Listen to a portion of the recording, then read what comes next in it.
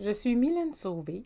Je vous souhaite la bienvenue dans mon podcast pour faire changer les choses. Tout peut changer. Tout peut changer, il suffit d'y croire. Un balado qui vous parle de violence conjugale. Avertissement. Cet épisode de podcast contient des informations sensibles concernant la violence conjugale et l'intimidation. Si jamais tu te reconnais comme étant une victime, sache qu'il y a de l'aide pour toi. Puis là, si jamais tu te reconnais comme étant l'abuseur, comme étant l'homme contrôlant, le manipulateur dont je parle dans mes épisodes, sache que toi aussi, tu as de l'aide que tu peux aller chercher pour aider tous ensemble à contribuer à avoir un monde meilleur et sans violence.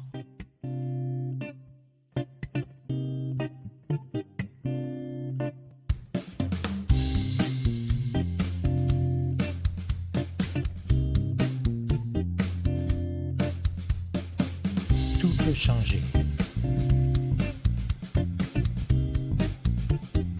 Un balado pour faire changer les choses. Il ne suffit que d'y croire.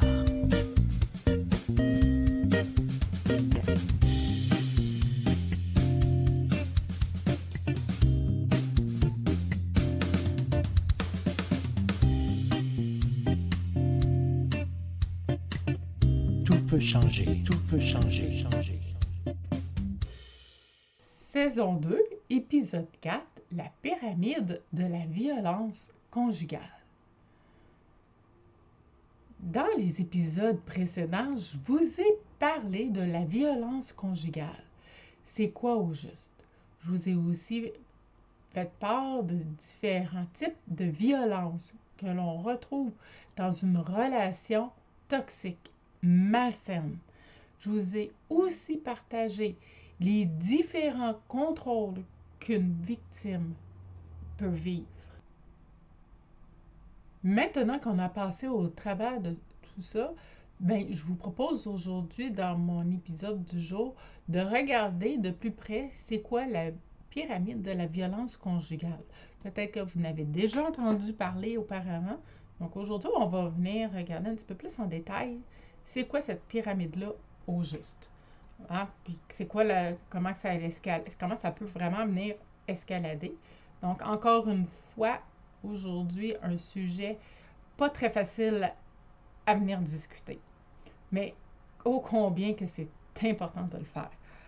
C'est important parce que j'ai vu dernièrement, encore une fois aux nouvelles, si j'ai une bonne mémoire, là, je crois que c'était la personne qui était en charge de SOS violence conjugale ou des maisons d'hébergement pour femmes victimes de violence conjugale, c'est un des deux. Elle parlait qu'il faut sensibiliser la population pour pouvoir les rendre au fait de comment ça peut être malsain, ces relations-là de violence conjugale, puis qu'il faut venir éduquer finalement les gens pour pouvoir les aider à mieux comprendre c'est quoi ça, cette dynamique-là de violence conjugale, parce que c'est pas évident, puis on est porté souvent à juger la victime, puis il faut surtout pas faire ça, il faut surtout pas la juger, bien au contraire. Puis comme je vous ai déjà parlé des différents types de violences dans d'autres épisodes précédents, dont la deuxième saison plus particulièrement, mais ça va être plus facile aujourd'hui de venir comprendre la pyramide de la violence conjugale et tout le chemin que ça peut prendre, cette pyramide-là. Si jamais tu n'as pas vu le deuxième épisode de ma saison 2, puis que tu veux mieux comprendre là, ce processus-là de pyramide de violence conjugale, je t'invite peut-être à aller l'écouter, puis revenir à cet épisode-ci, ou écouter cet épisode-ci, puis aller réécouter l'autre épisode. Là. C'est comme tu veux, dans le fond. Donc, dans le fond, je le répète, c'est pas facile à accepter qu'on est des victimes. Vraiment, c'est pas évident de l'accepter. C'est même que je dirais, même que pour moi, c'est même pas juste l'accepter, le reconnaître qu'on est une victime. Hein? Ça, c'est une autre chose aussi, c'est de le reconnaître. Puis ça, c'est une autre étape aussi. Fait que aujourd'hui, ce que je vais vous partager, ça peut être confrontant. Hein? Pour certaines victimes de violences conjugales, ça peut être très, très confrontant. On peut se reconnaître dans ce schéma-là. Dans le fond, ce que je vous dis, c'est bien prendre ce que tu as à apprendre, puis ça va être bien correct comme ça. S'il y a des parcelles d'informations qui te parlent plus que d'autres, c'est bien correct comme ça. OK? Puis oublie surtout pas qu'il faut, comme que je te disais tantôt, il ne faut surtout pas se juger et surtout pas se comparer aux autres. Il n'y a aucune compétition ici, puis il n'y a aucune comparaison qui peut même se faire. Parce que de toute façon, comme je le dis souvent, on ne peut pas comparer notre expérience avec l'expérience d'une autre. Parce que toi, qu'est-ce que tu as vécu est différent de ce que moi j'ai vécu. Mais, puis au-delà de ça, les deux, ce qu'on a vécu, c'est tout simplement inacceptable. Donc, ceci dit, pour les gens de l'entourage maintenant,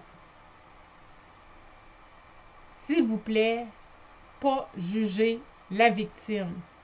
Elle, là, elle fait tout ce qui est en son pouvoir, puis tout ce qui est possible avec ce qu'elle a comme outil en ce moment. Elle n'est pas folle, elle n'est pas stupide. Fait que, dans le fond, là, my God, j'implore l'entourage, là, vraiment, là, d'arrêter de juger la victime de violence conjugale. Parce que, savez-vous quoi?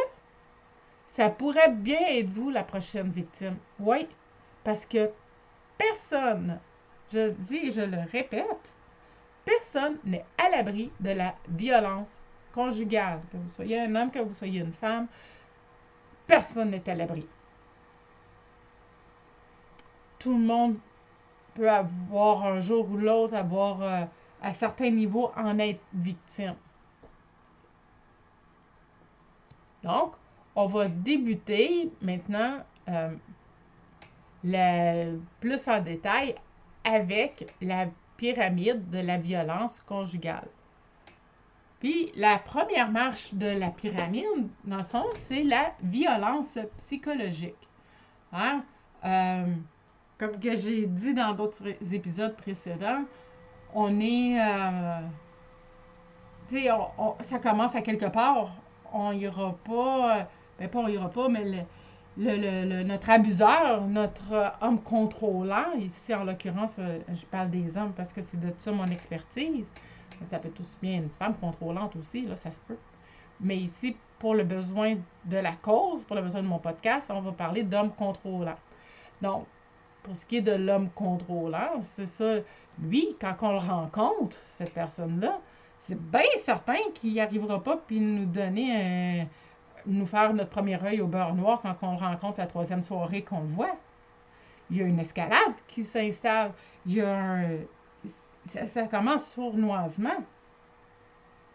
Donc, je vais vous donner ici un exemple de violence psychologique. On en a déjà parlé dans d'autres épisodes, mais si j'aime, on va quand même en redonner d'autres. Donc, dans le cadre de violence conjugale, le type de violence psychologique, ça peut être aussi banal qu'être fait par la manipulation. Puis là, banal, je pèse mon mot quand je dis banal, mais dans le sens où que ça peut être aussi bien la manipulation, là. Puis, souvenez-vous que la violence, elle ne se voit pas toujours à l'œil nu. Hein? Le manipulateur, là, il peut convaincre sa victime qu'elle est folle, qu'elle exagère, ou que les choses ne sont pas aussi graves qu'elle le prétend. Puis, on voit souvent que ça peut être accompagné par un début d'isolement social. Hein? l'abuseur va commencer à isoler socialement sa victime. Il va aller jusqu'à la priver de toutes ses ressources financières. Même, ça peut aller jusqu'à la liberté de déplacement. Hein? Il va dire, t'as pas besoin de ton auto, moi j'en ai une, je peux t'amener aux endroits où est-ce que tu veux pour mieux la contrôler, pour savoir où est-ce qu'elle est. C'est un genre d'emprise que la personne a sur sa vie, que l'homme contrôlant va avoir sur sa victime. Puis, je vous... dans le fond, les effets, là, ce que je veux vous parler maintenant, c'est des effets sur le long terme. Quand on parle là, des effets à long terme, de comment que ça peut, la violence psychologique, qu'est-ce que ça peut amener, mais ça peut être très, très, très dévastateur pour la victime. Toi, en l'occurrence. Puis ces effets-là, sur le long terme, bien, ça peut inclure une baisse de l'estime de soi, une perte de la confiance en toi. Ça peut même te mener à faire une dépression, à avoir des crises d'anxiété, avoir des problèmes même de santé mentale. Ça peut être très grave. Des problèmes de santé physique, comme par exemple des migraines, des maux de tête, des douleurs chroniques, même t'amener à avoir un trouble du sommeil, les comportements qu'on appelle addictifs ou d'auto-même sabotage. Hein? Tu pourrais t'auto-saboter toi-même sur le long terme. Puis ça pourrait même amener plus tard là, à être incapable d'établir des relations saines avec des gens, tellement qu'on t'a isolé, puis manipulé, puis dit comment que tu étais, comme que tu n'avais pas d'allure. Pourrait être porté à vouloir même continuer de t'isoler après à cause de ça. Puis en tant que victime, là, tu peux même avoir de la difficulté à identifier les signes avant-coureurs de la violence psychologique dans tes futures relations. Puis ça, ben, ça te met à risque de retomber dans un schéma de comportement de victime encore une fois à l'avenir. Ça, c'est pas pour te décourager. C'est la triste réalité. Mais quand on le réalise qu'on est dans ça, qu'on est dans ce pattern-là, puis on sait qu'on peut aller chercher de l'aide, mais je t'invite à aller en chercher de l'aide pour pouvoir reconnaître ces signes-là, pour être capable de les reconnaître, puis pour éviter de recommencer encore dans ce pattern-là.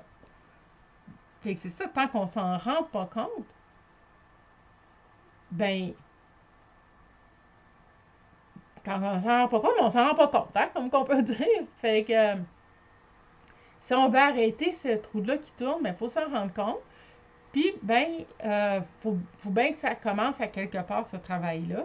Puis, c'est quand on s'en rend compte que c'est là qu'on peut aller chercher de l'aide. Fait que c'est vraiment, vraiment, vraiment important que quand on est victime de violence conjugale, puis victime de violence psychologique, ben, il faut que ça soit pris au sérieux. Puis, non seulement ça, mais il faut qu'il y ait une aide professionnelle qui te soit apportée à un moment donné dans ton cheminement de vie. Là, comme, pas que tu n'as pas le choix, mais si tu veux t'en sortir, si tu veux mieux comprendre, comme moi par exemple qui voulais tout comprendre, comment ça que ça m'arrivait ces choses-là, mais c'est important de faire ce cheminement-là. Ensuite de ça, dans la deuxième escalier de l'escalade de la violence conjugale, ben, on a la violence verbale.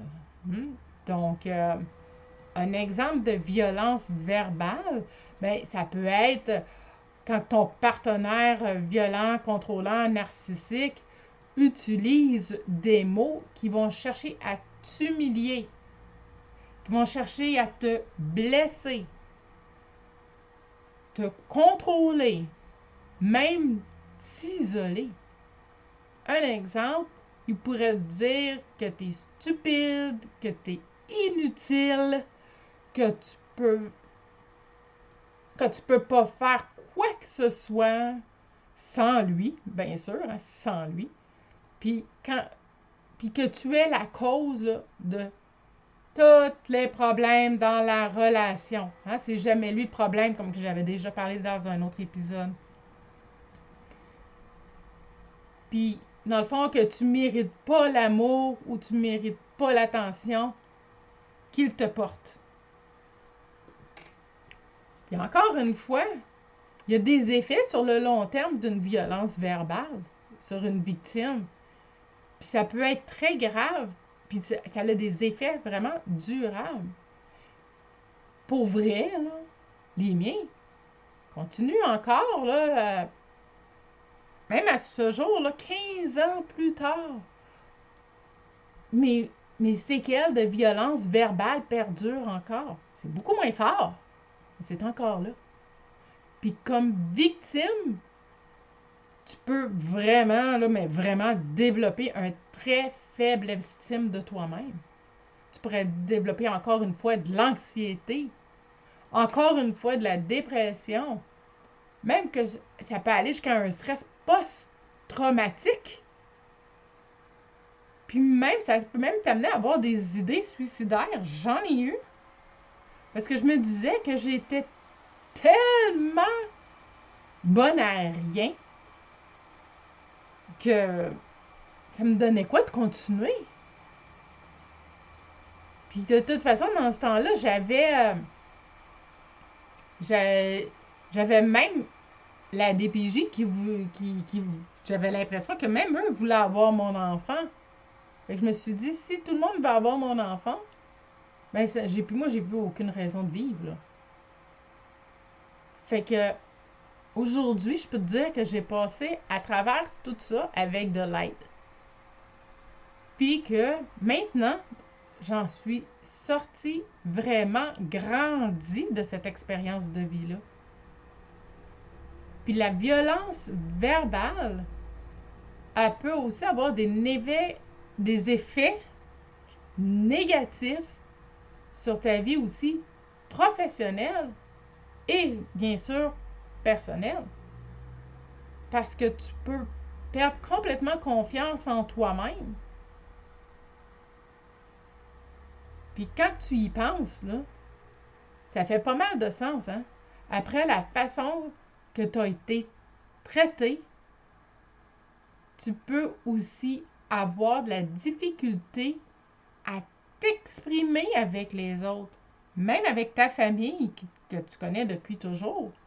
Puis même avoir de la difficulté à maintenir des relations avec les autres personnes, des relations saines, je parle. Parce qu'il t'a tellement auto-saboté que tu penses que tu n'es pas bonne à rien, puis que tu ne mérites pas leur attention, tu ne mérites pas leur amitié. Puis comme on dit, le fait de t'avoir si bien manipulé mentalement, mais ça peut te faire perdre là, presque tous tes repères.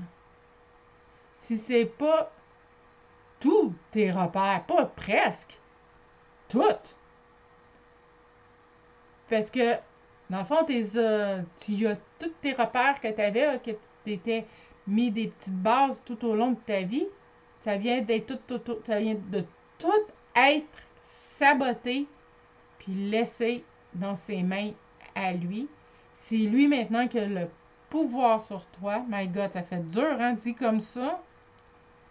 Mais c'est ça, maintenant, il va falloir apprendre à reprendre le pouvoir sur toi et retrouver ton pouvoir que tu avais avant de le connaître. Et ça, tu peux le faire, crois-moi. Je l'ai fait, j'ai fait le chemin, puis tu peux y arriver. J'y suis arrivée, tu peux y arriver. Dans les prochains épisodes, dans les prochaines saisons, je vais te parler comment que je m'en suis sortie pour t'aider, j'ai fait le chemin, j'ai marché le chemin, comme on dit. Alors, tu peux toi aussi te libérer de ces chaînes-là qui t'empêchent d'avancer un pas à la fois chaque jour. La troisième marche de l'escalade de la violence conjugale, c'est ce qu'on appelle la violence envers les objets. C'est la troisième marche de l'escalade de la violence conjugale. Avant de venir donner des coups sur toi, il se pourrait très bien qu'il, j'allais dire qu'il massacre, qu'il soit violent envers des objets, même qu'il les fracasse, qu'il les casse. Donc, la violence envers les objets, elle peut prendre plusieurs formes. Ton conjoint violent, il pourrait, comme je disais, casser des objets, en jeter ou même les abîmer de façon volontaire. Je te donne un exemple. Ton conjoint, il pourrait casser des meubles ou des objets qui t'appartiennent ou qui ont une valeur sentimentale pour toi. Il le fait exprès. Cette forme de violence est souvent utilisée pour quoi faire? Pour t'intimider, même pour te faire peur. Malheureusement, dans 2 de mes relations, j'ai eu cette expérience-là où j'ai eu des objets qui ont volé tout près de ma tête, puis que ça a été fracassé contre le mur. Puis dans l'un d'eux, ben, il y en a un qui a brisé un cartable que j'utilisais, c'était pour le travail. Puis, en tout cas, il a cassé carrément le cartable avec mes feuilles, il était envolé partout. Là, je peux te dire que j'étais là, hors de moi quand j'ai vu ça. Je me demandais, puis en plus, je l'entendais crier. C'était fou. J'en avais peur parce que j'avais peur de retourner. Il était dans le sous-sol et j'avais peur de retourner parce que je ne savais pas si c'était sur moi que ça allait tomber ensuite, la violence. Il était vraiment, mais vraiment hors de lui. Puis, tu sais, j'ai réalisé qu'il ne brisait pas ses objets personnels. C'est bien certain. C'était les miens. Il faisait exprès. Tu sais là, quand je te dis que tout est calculé, ça, c'en est un exemple. Puis c'est certain qu'on va voir des effets aussi à long terme sur la victime de violence conjugale qui a reçu des objets comme ça par la tête, par exemple. Puis ça, il peut être nombreux, là, les effets à long terme. Ben, on va voir qu'est-ce qu'on manque, on va les retrouver, ces effets-là. C'est la victime va avoir peur, va encore avoir de l'anxiété, va encore avoir de la dépression, des chocs post-traumatiques. Puis aussi, en tant que victime, tu pourrais éprouver une perte de confiance en toi. Tu vois que la perte de confiance en toi, l'anxiété, la dépression, ça revient souvent, mais il met tellement dans un état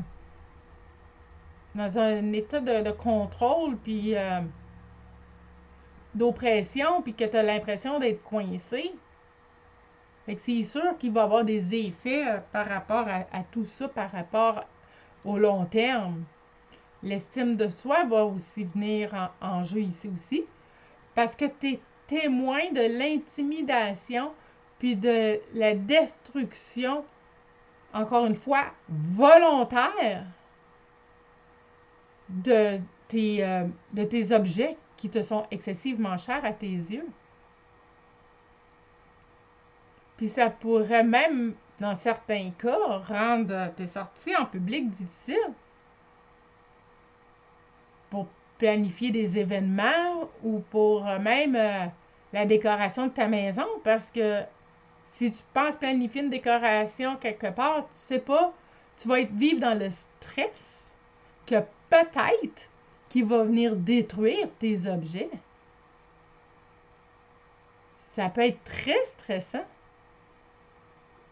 Donc, si je peux résumer ça, la violence envers les objets, elle peut avoir, comme tu peux voir, un impact considérable sur ta qualité de vie. Et prendre du temps à t'en remettre de tous les impacts que ça peut t'avoir causé. Ces impacts-là peuvent être quand même assez intenses à vivre. C'est bien certain. Parce que, pourquoi ça? Parce que ton conjoint, il va user d'une grande violence.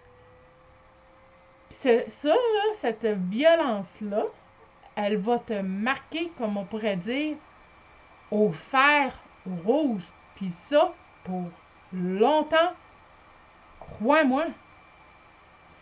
Il se pourrait même que plus tard, tu aies des flashbacks de ce que tu as vécu, sans même t'en attendre. Crois-moi, c'est confrontant quand ça arrive. C'est normal. Ça va arriver peut-être même souvent. C'est normal. Quand ça va arriver, quand que tu vas avoir des flashbacks de ce que tu as vécu dans le passé, que ce soit que tu revois les objets qui ont volé ou toute autre situation que tu as vécu avec, n'aie pas peur. Accueille ton émotion. Surtout, ne te juge pas. C'est normal. C'est ton traumatisme. Parce que ton traumatisme qui va ressurgir, ça se peut qu'il ressurgisse des années plus tard. C'est correct. On n'agit pas pareil chaque personne. Chaque personne vit ses situations, ses émotions de façon différente. Ton traumatisme que tu as vécu envers cette violence-là envers les objets, il est énorme. C'est normal. On le serait à moins. Moi, là, je défie quiconque de se faire lancer une chaise, oui, à 2 cm de sa tête, puis pas avoir peur après. Je mets une personne au défi de ça. Donc, si tu t'en rappelles quelques mois plus tard, quelques années plus tard, c'est normal. Je te dis qu'il ne faut pas avoir peur. C'est parce que si c'est plus tard et que tu n'es plus avec la personne, ça veut dire que tu n'es plus dans sa mire. Tu n'es plus avec lui.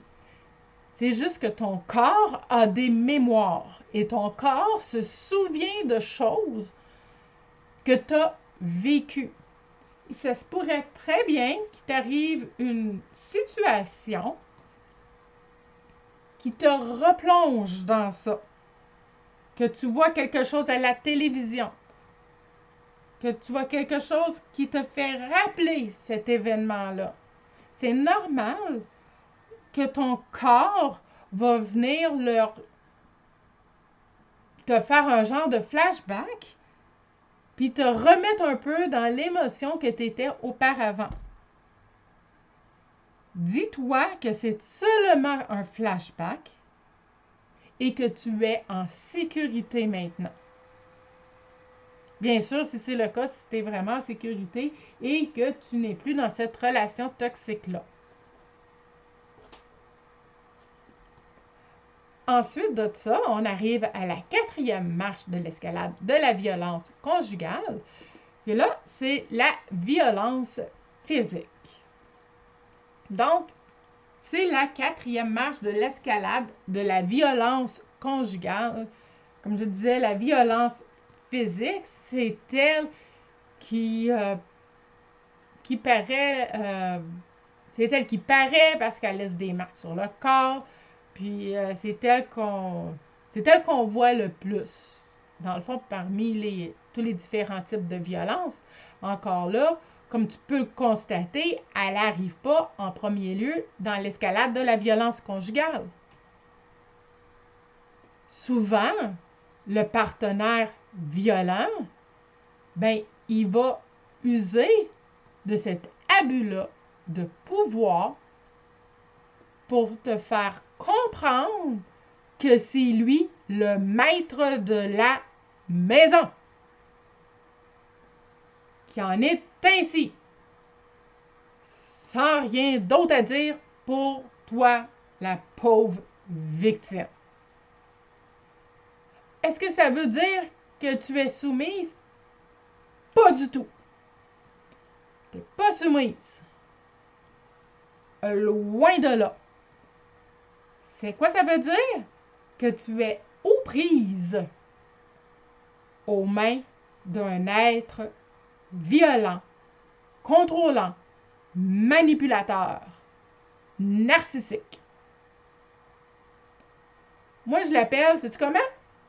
Je l'appelle le jackpot.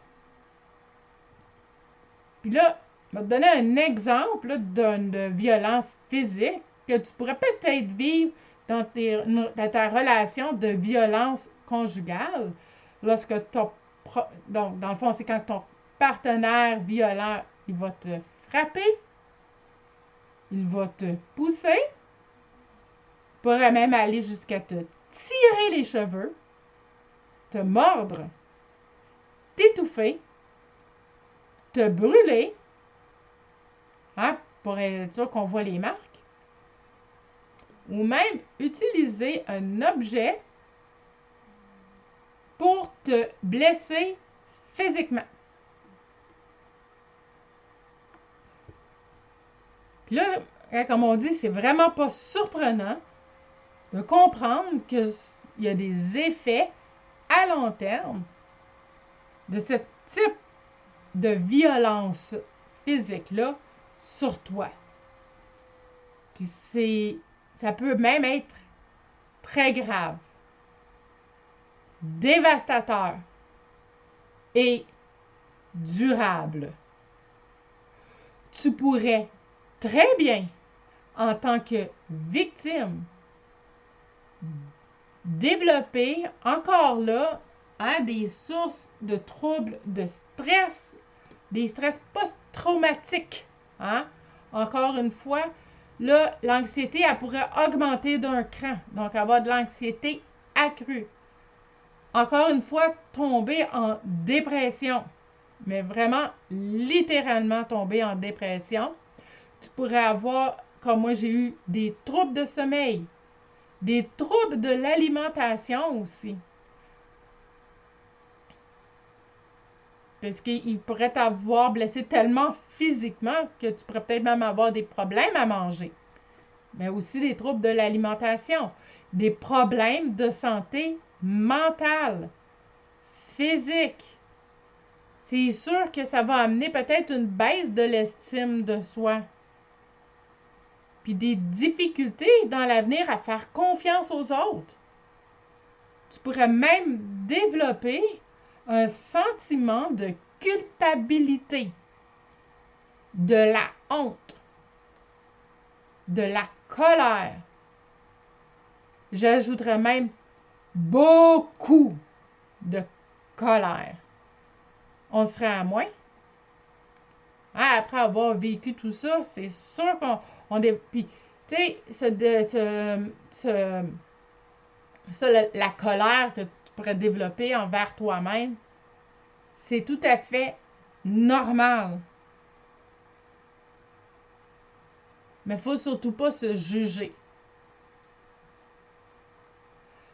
Tu pourrais même avoir des séquelles physiques. Tantôt, je parlais de brûlures. Mais tu peux avoir des cicatrices. Tu pourrais avoir même tu pourrais t'avoir fracturé un membre. Tu pourrais avoir des douleurs chroniques. Ça pourrait te causer des troubles neurologiques. Puis te causer même des déficiences permanentes. Et là, je veux pas faire peur, là. Ça a l'air dramatique, comment que je dis ça. Mais c'est justement le but de mon podcast, c'est de faire voir les choses telles qu'elles sont. C'est de faire prendre conscience des effets que cela peut mener à quelqu'un. Que ça peut venir te perturber si on ne prend pas la violence conjugale au sérieux. Malheureusement, ça se pourrait très bien que tes enfants, le cas échéant si tu en as, qui en soient témoins de cette violence-là que tu subis en ce moment. Puis c'est bien certain, là, comme parents, on ne souhaite pas qu'ils voient ça. On ne souhaite pas qu'ils voient toute la violence qu'on est en train de vivre. Mais si, mettons, tu ne peux pas faire autrement, que ça ne peut pas faire autrement qu'ils en soient témoins. Fait qu'ils pourraient subir ce qu'on appelle des effets traumatiques similaires aux tiens, vu que c'est tes enfants, même s'ils ne l'ont pas vécu directement. Puis ils pourraient développer des retards de développement, des troubles émotionnels, puis des problèmes comportementaux. C'est important de comprendre que la violence psychologique, la violence conjugale, elle peut avoir des conséquences profondes et durables sur ta vie et ta famille, tes enfants en l'occurrence. Donc, il est essentiel de trouver des moyens de mettre fin à cette forme de violence-là. Je sais, tu vas me dire, Mylène, c'est plus facile à dire qu'à faire. Je sais, je te donne raison, je le consens. Je t'invite donc à aller regarder les ressources qui sont offertes à toi, que j'ai mis en note d'épisode, puis utilise tout ce qui t'est offert.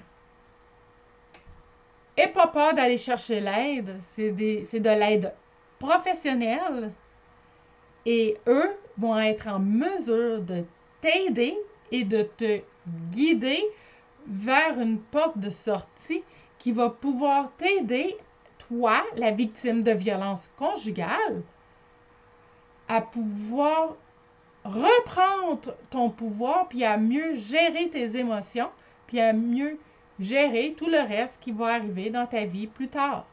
Parce que c'est un apprentissage. On a donné quasi notre vie dans ses mains à cet homme contrôlant-là.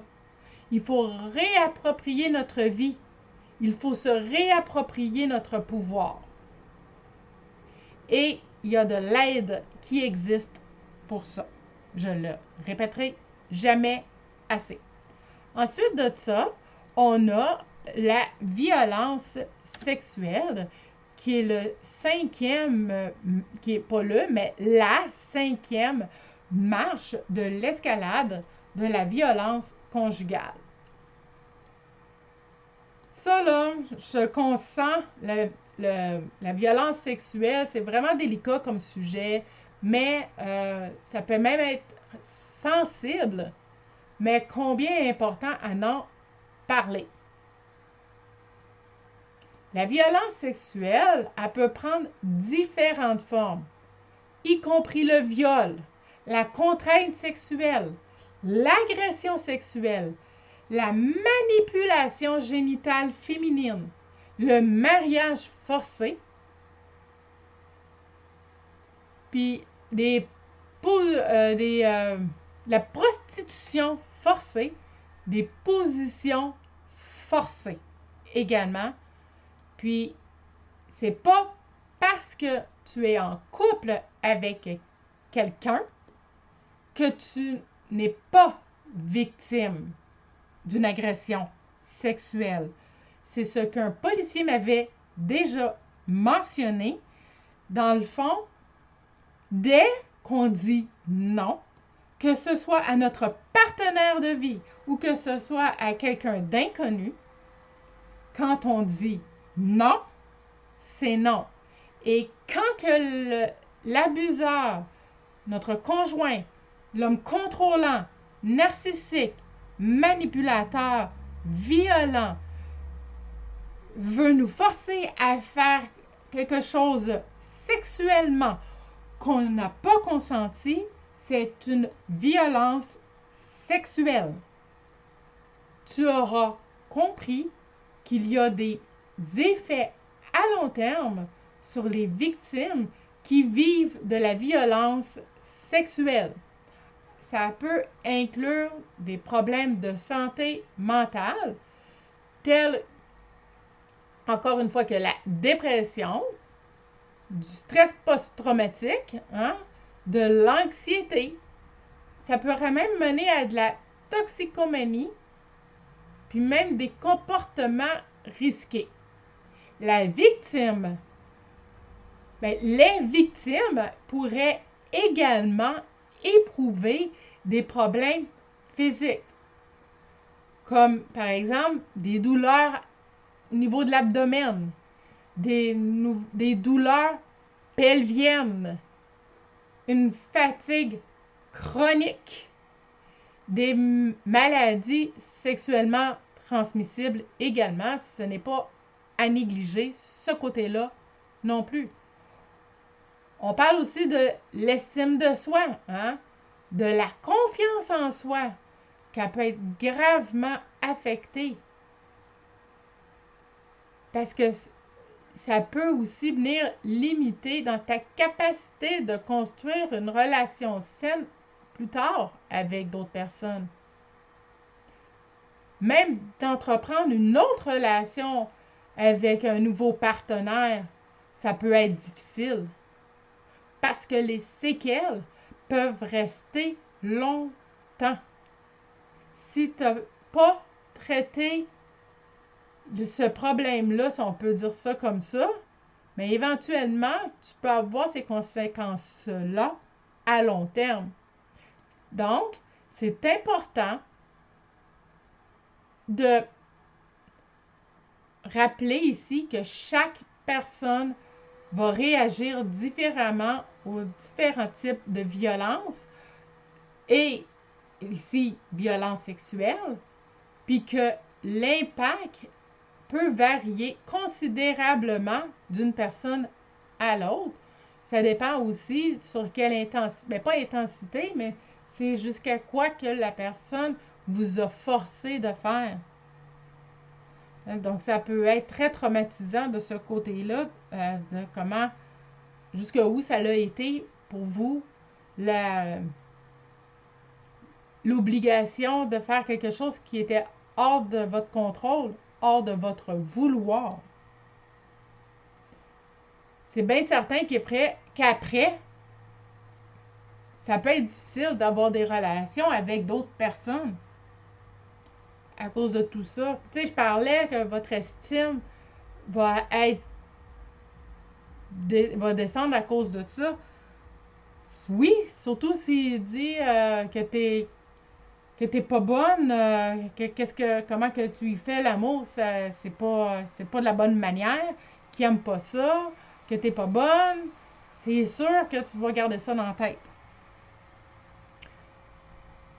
Ensuite de ça, là, ici, je veux vous avertir là, on arrive à l'une des dernières, aux deux dernières étapes de l'escalade de la violence conjugale.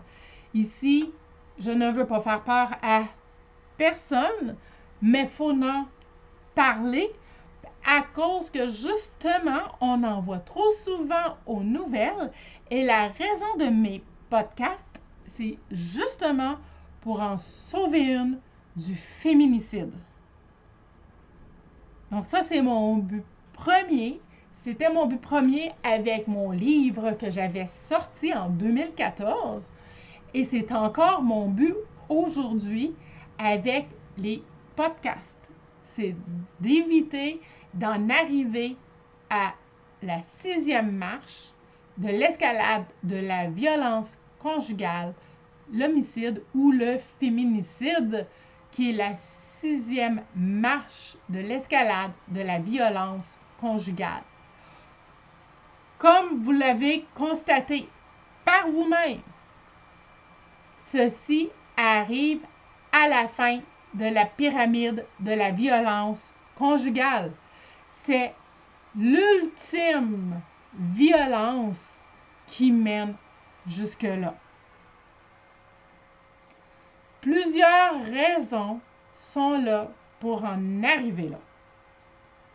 Puis encore une fois, ne pas croire que c'est à cause de la victime. Non, ben au contraire. La victime n'a pas demandé à mourir. C'est exactement pour éviter que ça arrive, comme que je disais, que je fais mes podcasts sur la violence conjugale. Je vous l'ai dit dès la première saison que le sujet ne serait pas facile. Je désire faire bouger les choses. Je désire faire avancer les choses en matière de violence conjugale. Faut donc parler des vraies affaires. Alors, voici une vraie affaire. Il y a eu, je sais, à date, depuis le début de l'année, il doit y avoir eu à peu près une dizaine de féminicides. C'est fou, là. Il y a une année, il y en a compté 40. C'est justement pour ça que je veux faire pas que je veux, que je fais mes podcasts. Puis malheureusement, il existe beaucoup trop d'exemples de situations qui peuvent mener à ça. Je vais vous en nommer quelques-unes pour vous mettre un petit peu la puce à l'oreille. Vous allez voir je vous parlais là, tantôt de la violence verbale, psychologique, tout ça. Mais vous allez voir, c'est pas pour rien que j'ai fait mes épisodes dans cet ordre-là. Comme ça vous donne un aperçu, puis ça vous permet de mieux comprendre la dynamique de la violence conjugale. Fait qu'on a des relations de violence verbale, violence psychologique, physique, qui vont s'intensifier au fil du temps, des mois, des années, avec des menaces répétées.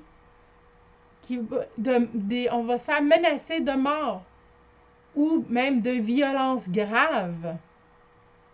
On pourrait avoir une situation de dépendance économique ou affective. Dans le cas où que la victime, elle se sent incapable de quitter son partenaire violent parce qu'elle a peur de se retrouver seule, même sans ressources. Elle a peur de se retrouver seule. Elle a peur de se retrouver seule. Je le répète, mais c'est carrément ça. Elle a peur de se retrouver seule. Son partenaire violent, il a tellement dit souvent qu'elle ne peut pas vivre tout ça.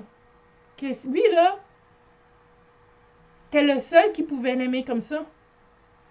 Puis qu'elle ne serait rien sans lui. Elle se l'a tellement fait dire qu'elle le croit. Il va aussi avoir la présence des enfants dans le couple qui peut contribuer là, à la prise de décision de la victime de partir ou de ne pas partir, dans le fond. Puis qui pourrait même entraîner la violence du partenaire envers les enfants eux-mêmes. En plus, si le conjoint violent, pas en plus si, mais en plus, le conjoint violent, il pourrait même sentir que sa partenaire apporte beaucoup trop d'attention à son goût aux enfants, puis pas assez à lui. Même si c'est ses enfants, il pourrait éventuellement avoir un sentiment de jalousie non fondé qui surgit en lui. Ça se peut très fortement. Donc, c'est important de se rappeler que le féminicide, c'est le résultat d'un processus de violence et de domination qui peut commencer de manière insidieuse et progresser jusqu'à des formes de violence extrême. Ce qui vient au même niveau que le féminicide, c'est le suicide, qui est la dernière marche de la violence conjugale. Des fois, quand tu es pris dans une situation de violence conjugale, mais vraiment extrême, souvent, tu ne vas pas trouver d'issue. Tu vas même te dire qu'il n'y en a pas. Puis tu penses que personne ne va te croire si tu parles. Même que tu as peur de parler parce que tu ne sais pas qu'est-ce que ton conjoint violent pourrait te faire s'il apprend que tu as parlé à ta famille, s'il apprend que tu as parlé à quelqu'un d'autre que lui. Tu ne sais pas à quel point il pourrait réagir. Et tu vis avec une crainte, une peur, un stress réel. Peut-être, je ne sais pas, mais peut-être que comme moi, toi aussi, tu as pensé un jour ou l'autre à te suicider. Ça a probablement déjà été une optique. C'est très légitime, puis je te comprends. Je te comprends parce que tu as mal partout. Pas seulement physiquement. Ton âme fait autant mal que ton corps, sans aucune issue, sans trop comprendre ce qui se passe dans ta vie. Tu te sens vraiment très seul. Tellement seul, tu penses que tu es abandonné par la terre entière, rien de moins. Même Dieu, qui est supposé d'être là en tout temps, tu te demandes, mais où diable peut-il être passé? Sans vouloir faire de mauvais jeu de mots ici. Si Dieu est amour, pourquoi il me fait vivre ce genre de civisme-là, ce genre de relation malsaine-là? Sache que dans la vie, toute situation, autant difficile qu'elle puisse être sur le moment, est là pour te faire grandir. En plus, là, la vie, m'a te faire une petite confidence, OK? La vie, là, elle ne mettra jamais sur ton chemin dans une situation que tu ne seras pas capable de te relever. Ça va être là pour te faire grandir. Puis ça, là, une fois que tu en as pris conscience, là, après, là, peux vraiment, là, t'épanouir.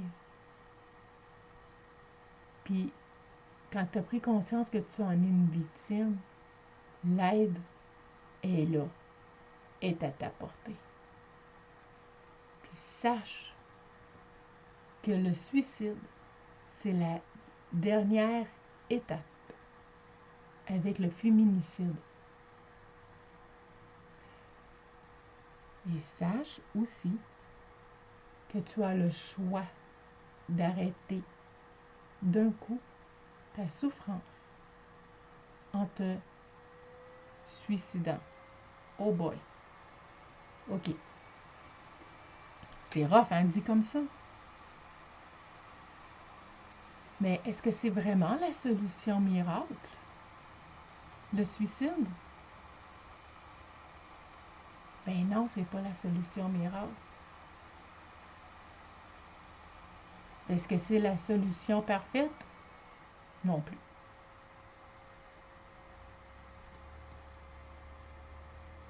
Puis, pour vrai, quand on pense à ça, moi j'ai 2 amis qui s'étaient suicidés. Ça n'a pas rapport avec la violence conjugale, mais quand on pense au suicide, la personne a le mal, donc elle met fin à ses jours pour arrêter sa souffrance. Mais tout le monde autour d'elle, autour de cette personne-là, souffre aussi. Donc, avant de penser à cette option-là, on va essayer de regarder ensemble d'autres options qui s'offrent à toi pour pouvoir t'épanouir un jour à la fois. Sais-tu quoi? Ça peut être une seconde à la fois. Parce que c'est ça que j'ai fait, moi. C'est une seconde à la fois. Je regardais et je m'évaluais comment j'allais. Je ne pouvais pas faire plus. Mon corps ne pouvait pas plus. C'est donc une seconde à la fois que j'ai réussi à remonter la pente. Puis pour certaines victimes de violences conjugales, sont tellement aux prises dans un trou noir que ça peut même sembler impossible pour elles de voir ne serait-ce qu'une petite lueur, d'une petite lumière, d'une petite lueur d'espoir de pouvoir s'en sortir, puis de se sortir la tête de l'eau. Comme je te disais, le suicide, ça a une fin tragique sur toi. Mais pas juste, aussi sur ton entourage. Toi, tu pars avec tes problèmes. Eux, ta famille, tes proches, ils restent avec la peine de ta perte.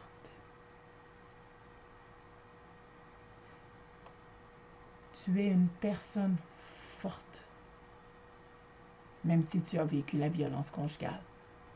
Tu es une personne battante parce que tu as vécu la violence conjugale. Puis tu es une guerrière parce que tu as passé à travers la violence conjugale. Oui, le suicide peut venir mettre un plaster permanent sans possibilité de retour sur ton mal. Par contre, en allant puiser au fond de toi ce qui te reste de courage, tu peux y arriver. J'ai essayé une fois de me suicider. Oui, je l'ai essayé.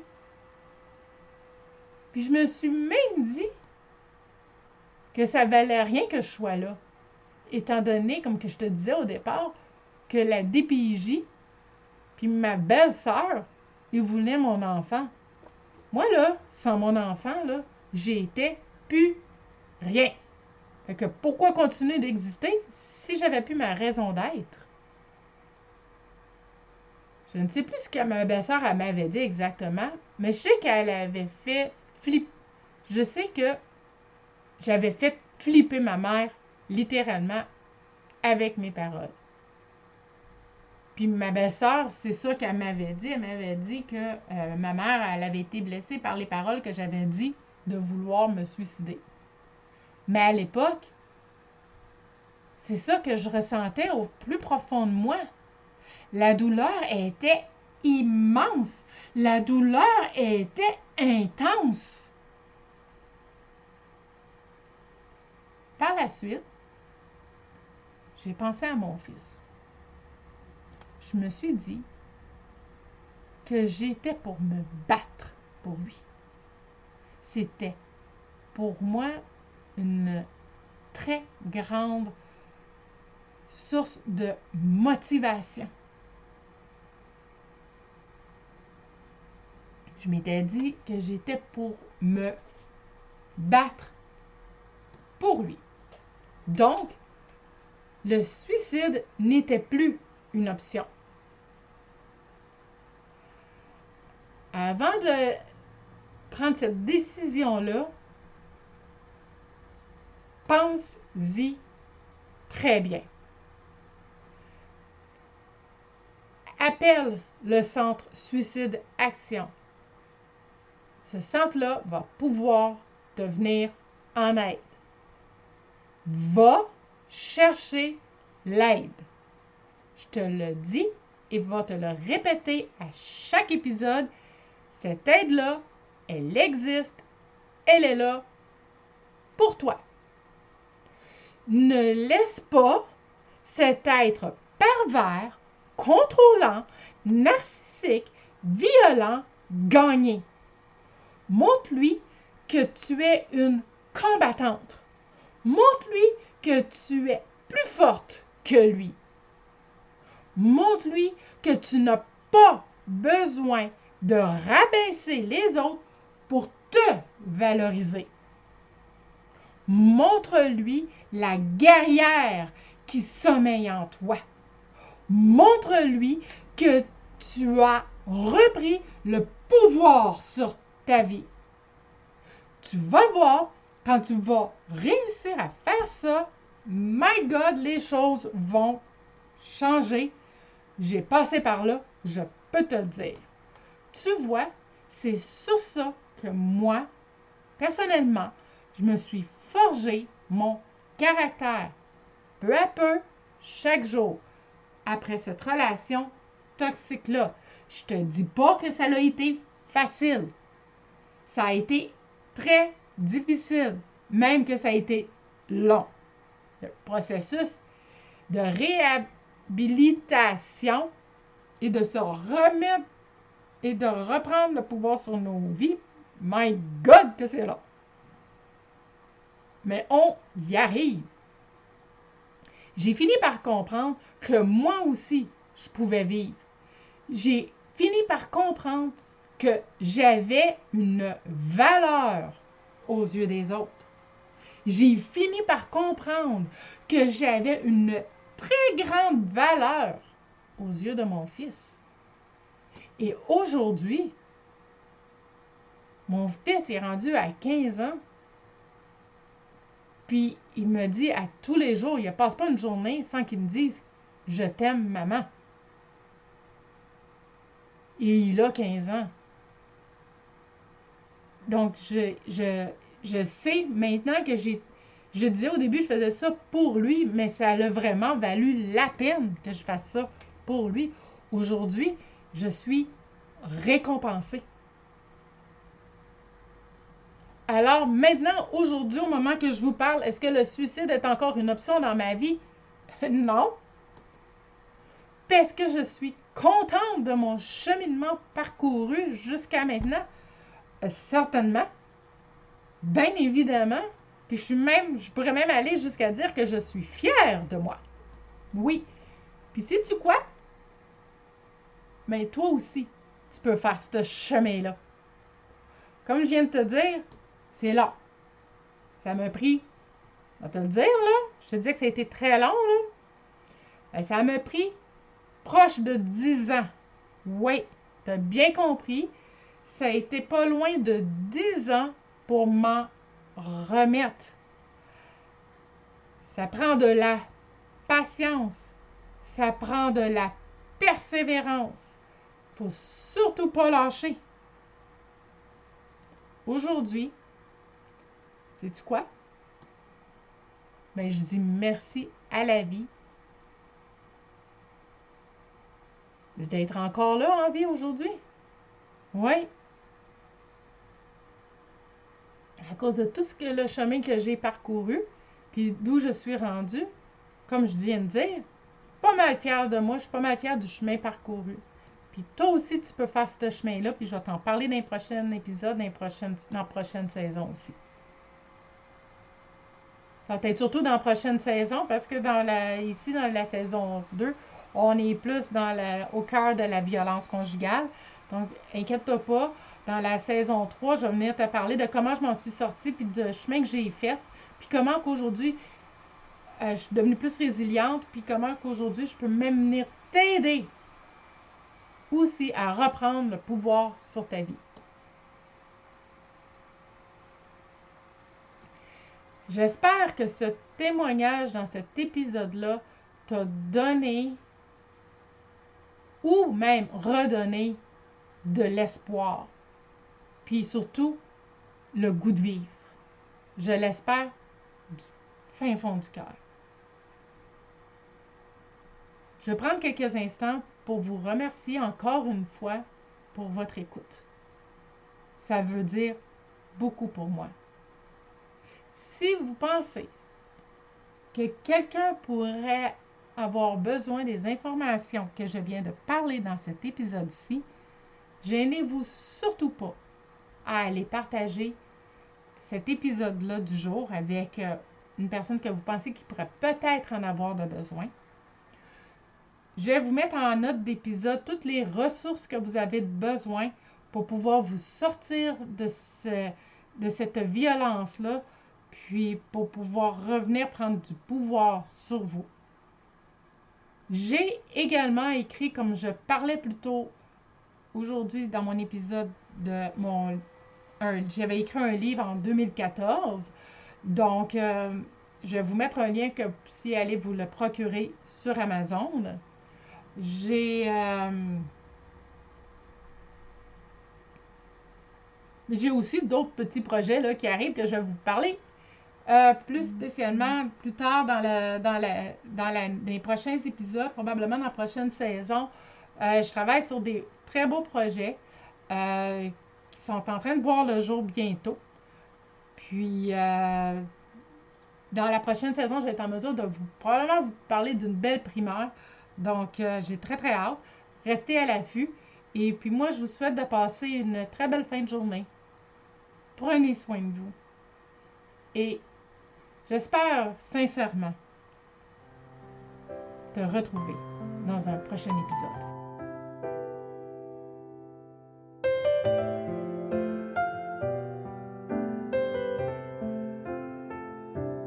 À tous ces êtres qui ont survécu, à tous ces gens non reconnus qui veulent de l'amour sans retenue, avec un cœur qu'on a détenu. T'as pas choisi cette destinée, une vie sombre sans demander. Faut du courage pour passer ça.